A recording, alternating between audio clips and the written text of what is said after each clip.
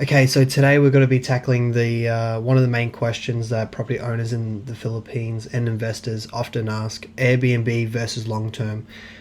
Which one actually makes more money? So this presentation does go over on understanding the profitability of these two different strategies.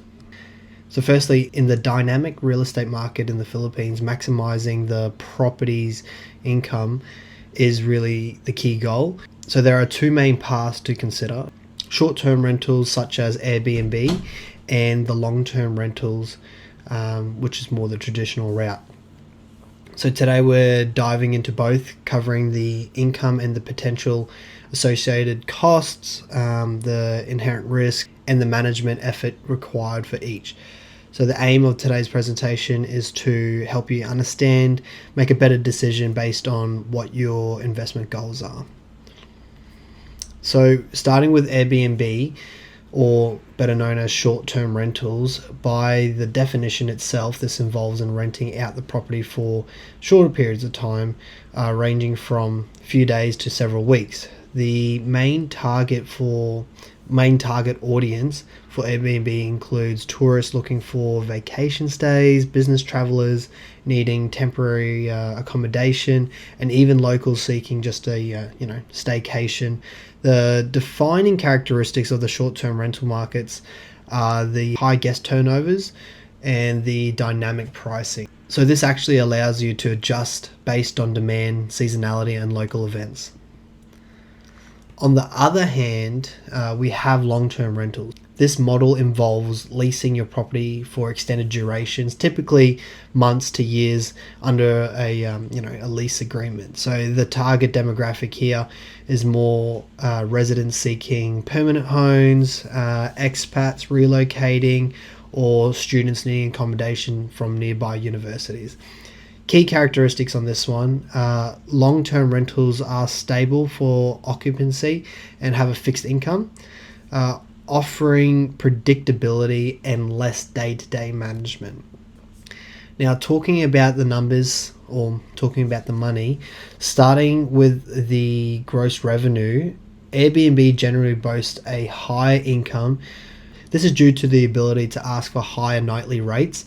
For example, a condo in a popular part of Metro Manila can go from 2,500 pesos per night on Airbnb. And if we assume a 60% occupancy rate, that translates to about a gross monthly revenue of around 45,000 pesos. So comparing this to the exact same unit rented for a long-term consistent of 20,000 pesos per month, the significant difference in gross revenue is primarily driven by the Airbnb's capacity to charge a premium for the flexibility, convenience, and it offers short-term guests. However, gross revenue doesn't tell all. The catch lies in the operating costs, which differ significantly between the two models.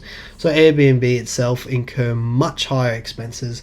You're responsible for frequent cleaning and laundry services, all the utility bills, providing amenities and supplying toiletries, investing in professional marketing, photography, and attracting guests.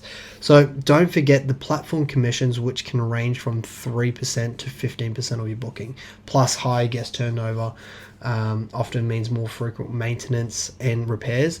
For long-term rentals, costs are lower, mainly limited to minor maintenance, property taxes, and occasional repairs, as the tenants typically cover their own bills.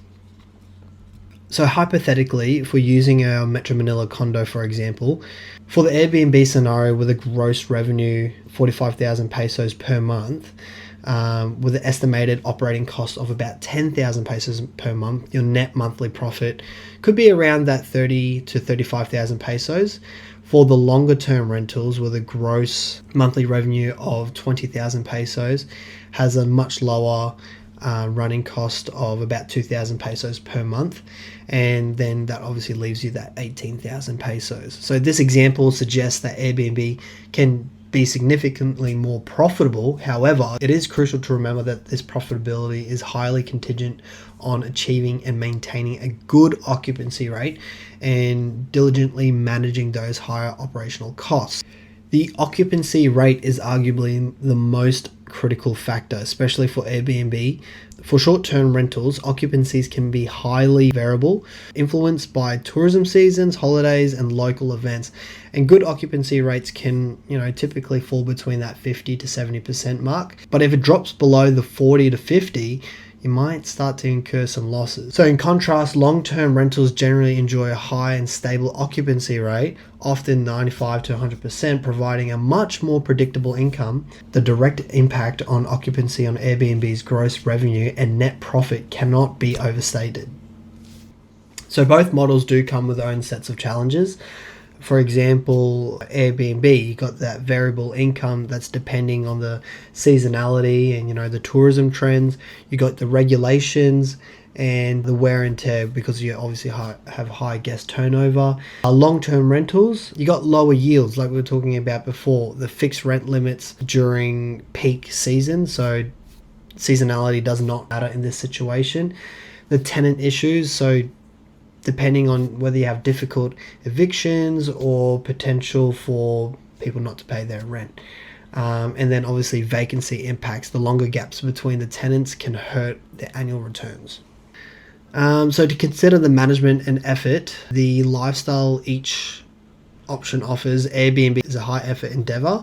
It demands daily communication with guests, constantly scheduling of cleaning and maintenance, active marketing, dynamic pricing, adjusting, and being on call for basically emergencies. So it's pretty much almost like running a small hotel. Long-term rentals require significantly less effort. This is typically involves, the routine rent collection, handling the occasional maintenance requests, and managing tenant screenings. It's a much more passive income stream. So looking at the recent Philippine market trends between 2024 and 2026, we've seen an increase in competition, particularly in these popular areas like Metro Manila, Cebu. This has led to what some call Airbnb fatigue, where simply listing your property isn't enough. So through unique interior design and exceptional service is crucial. There is also a trend towards stricter regulations, with condominiums and corporations implementing short-term rental bans or imposing additional fees. But while Airbnb can still offer higher gross yields, the net profit does begin to narrow once all expenses and the significant management time are factored in. So which one makes more sense? The honest answer really depends on you. So there's no single universal answer. It truly depends on your individual goal, your tolerance for risk, and your preferred management style. Airbnb does offer the potential for higher profits, but comes with a higher risk, demands significant effort, and incurs greater operational costs. So it requires you to be a bit more active.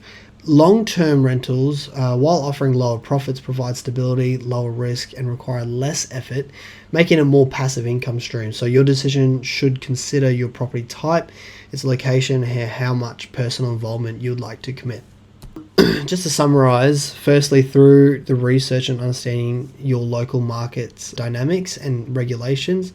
Secondly, meticulously calculate all potential costs for both scenarios, not just the obvious ones. And thirdly, be more prepared for what the short-term rentals demand if you choose to go through that path. And finally, consider diversifying your strategy, even if you're just exploring a hybrid approach, just to mitigate some risk and maximum returns.